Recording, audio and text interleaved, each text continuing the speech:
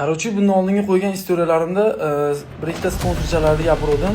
Hozir ismini aytmagan edim kimligini, lekin o'zlari chiqib hozir u debdi, bu debdi video chiqarib hamma отметить qilib meni qo'yib yotishibdi, отметить qilib yotishibdi. Shunga Dostойный mujik, erkak, face to face qilasizlar, bunaqa gaplarni gapirish sizga emas aka.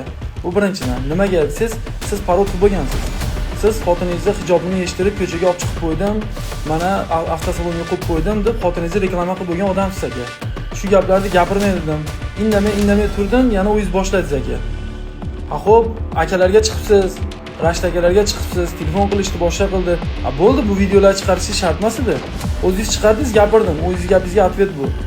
Erkaklik, dostoyniylik to'g'risida sizga emas gapirish. Siz o'zi reklama qilib bo'lgan xotiningiz aka. Shuning uchun aka, bunaqa gaplaringizni yig'ishtiring. O'zingizni bilib ishingizni qiling. Sizdan oldin ham biz ham bo'lganmiz. Siz endi 1-2 oy bo'lib chiqqaningiz aka bu ishlarga, sportga aralashganingizga. Sog' bo'ling.